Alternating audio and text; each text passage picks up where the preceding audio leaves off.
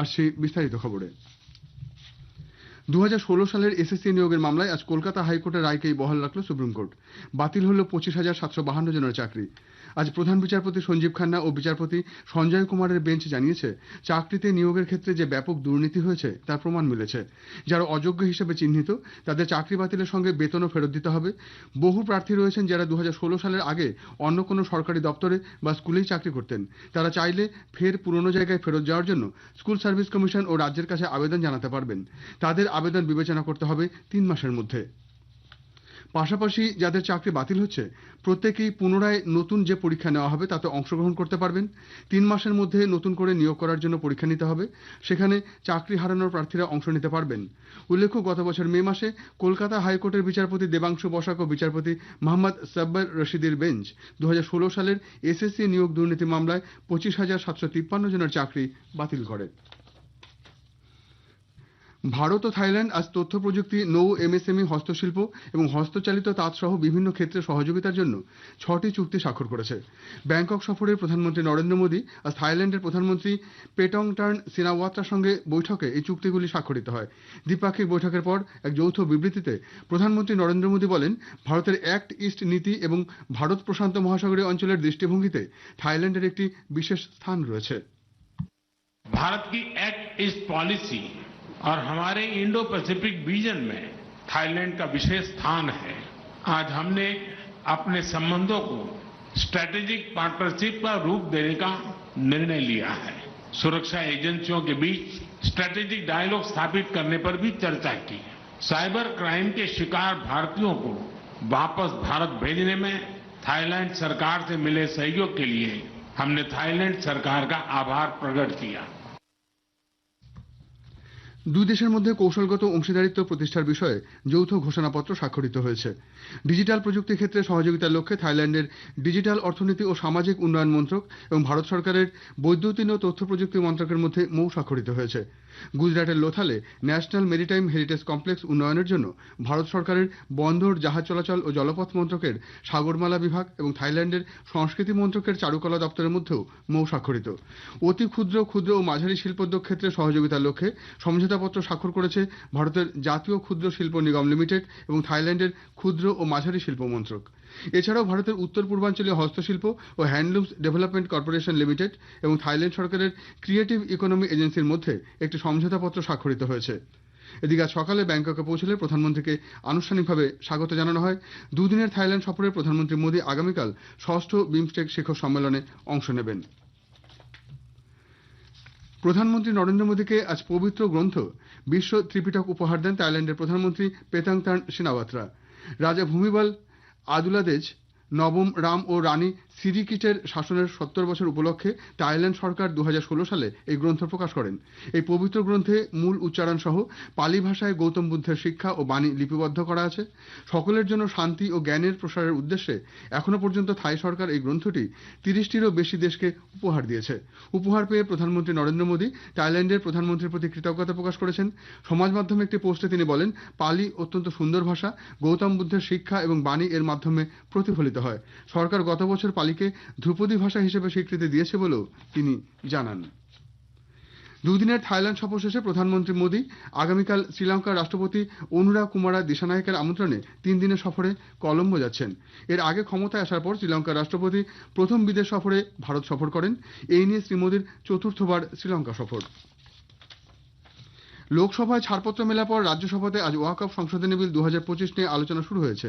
ওয়াকফ সম্পত্তির সুষ্ঠু ব্যবস্থাপনা, ঐতিহাসিক স্থানগুলিকে সুরক্ষিত রাখা এবং সামাজিক সুরক্ষার প্রসারের কথা মাথায় রেখে এই সংশোধনী বিল আনা হয়েছে। পাশাপাশি ওয়াকফ বোর্ড, স্থানীয় প্রশাসনের কাজকর্ম এবং অংশীদারদের অধিকার রক্ষায় যাতে স্বচ্ছতা বৃদ্ধি পায় সেদিকে নজর রাখা হয়েছে এই বিলে। মুসলমান সম্প্রদায়ের মহিলা, বিশেষত বিধবা ও বিবাহ বিচ্ছিন্নদের অর্থনৈতিক ও সামাজিক অবস্থা পরিবর্তনেও সংস্থান রয়েছে এই বিলে। রাজ্যসভায় বিলটি পেশ করে সংখ্যালঘু বিষয়ক মন্ত্রী কিরেন রিজিজু বলেন, যৌথ সংসদীয় কমিটি এবং সংশ্লিষ্ট অংশীদারদের সঙ্গে বিস্তারিত আলোচনার পরেই বিলটি নিয়ে আসা হয়েছে। हम चाहते हैं कि सबको डिसीजन मेकिंग का बॉडी में जगह मिलना चाहिए, इसलिए सबको एम्पावरमेंट कर रहे हैं।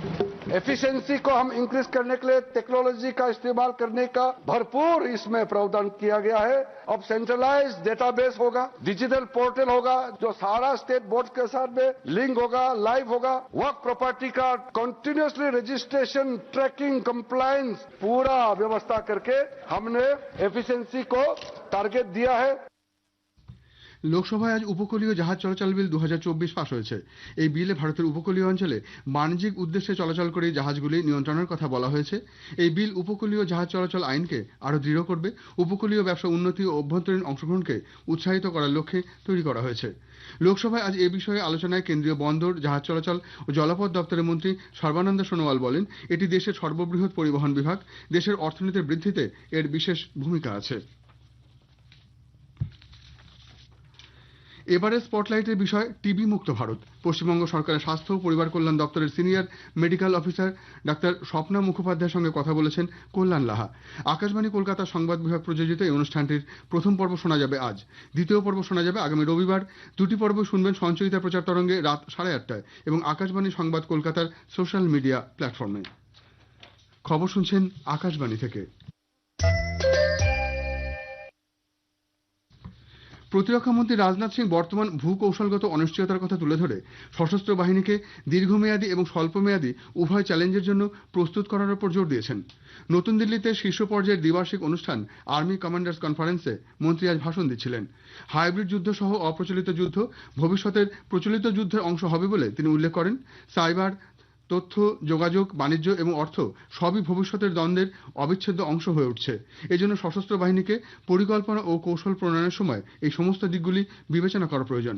উত্তর সীমান্তের বর্তমান পরিস্থিতি সম্পর্কে তিনি সৈন্যদের প্রতি পূর্ণ আস্থা প্রকাশ করেন এবং দৃঢ় ও সতর্ক থাকার জন্য সশস্ত্র বাহিনীর প্রশংসা করেন। পশ্চিম সীমান্তের পরিস্থিতির কথা উল্লেখ করে মন্ত্রী বলেন, কেন্দ্রশাসিত অঞ্চল জম্মু ও কাশ্মীরে সমন্বিত অভিযান এই অঞ্চলে শান্তির পরিবেশ তৈরি করছে। ভারতীয় মৌসুম বিভাগ আজ আন্দামান ও নিকোবর দ্বীপপুঞ্জ, তামিলনাড়ু, পুদুচেরি, কারাইকাল, কেরালা, মাহে এবং কর্ণাটকের বিভিন্ন স্থানে ভারী বৃষ্টির পূর্বাভাস দিয়েছে। আকাশবাণীকে দেওয়া একান্ত সাক্ষাৎকারে মৌসুম বিভাগের বরিষ্ঠ বিজ্ঞানী আর কে জেনামানি জানিয়েছেন যে জাতীয় রাজধানীতে আজ সর্বনিম্ন তাপমাত্রা বৃদ্ধির সম্ভাবনা রয়েছে। উত্তরাখণ্ডের উত্তর কাশী জেলার যমুনোত্রী ধাম ভক্তদের জন্য অক্ষয় তৃতীয়া উপলক্ষে 30শে এপ্রিল খুলে দেওয়া হবে। যমুনা জয়ন্তী উপলক্ষে আজ খরসালি মন্দিরের পুরোহিতরা এই ঘোষণা করেন। যমুনোত্রী মন্দিরের পরিচালন সমিতির প্রধান সুনীল উনিয়াল জানান, 30শে এপ্রিল সকাল 8:28-এ মা যমুনার ডলি খরসালি থেকে যমুনোত্রী ধামের উদ্দেশ্যে রওনা দেবে। ন্যাটো অন্তর্ভুক্ত দেশগুলির বিদেশমন্ত্রীরা আগামীকাল ব্রাসেলসে মিলিত হচ্ছেন। হেগে অনুষ্ঠিত হতে চলা ন্যাটোর শীর্ষ সম্মেলনের প্রস্তুতি এবং নিরাপত্তা সংক্রান্ত আলোচনার জন্য এই বৈঠক বলে জানা গেছে। এদিকে প্রতিরক্ষা ক্ষেত্রে বিনিয়োগ বৃদ্ধির গুরুত্বের উপর জোর দিয়ে ন্যাটো মহাসচিব মার্ক রুটে বলেন, এই বৈঠক জোটের ভবিষ্যৎ সাফল্যের জন্য অপরিহার্য। বিমস্টেক শীর্ষ সম্মেলনে যোগ দিতে বাংলাদেশের অন্তর্বর্তীকালীন সরকারের মুখ্য উপদেষ্টা অধ্যাপক মোহাম্মদ ইউনুস ব্যাংকক গেছেন। সফরকালে তিনি বিমস্টেক সদস্য রাষ্ট্রগুলির নেতৃত্বের সঙ্গে দ্বিপাক্ষিক বৈঠকে মিলিত হবেন। ইডেনে আইপিএল এর ম্যাচে কলকাতা নাইট রাইডার্স আজ সানরাইজার্স হায়দ্রাবাদের মুখোমুখি হয়েছে। টসে জিতে সানরাইজার্স হায়দ্রাবাদ প্রথমে ফিল্ডিং করার সিদ্ধান্ত নিয়েছে। শেষ খবর পাওয়া পর্যন্ত কলকাতা নাইট রাইডার্স 2 ওভার 2 বলে 1 উইকেটে 16 রান করেছে।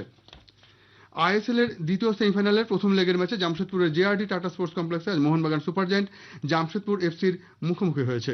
লিগ শিরোপা জয়ী মোহনবাগান লিগ তালিকার শীর্ষে থেকে সরাসরি সেমিফাইনালে খেলার ছাড়পত্র পেয়েছে। শেষ করার আগে বিশেষ খবর আরেকবার।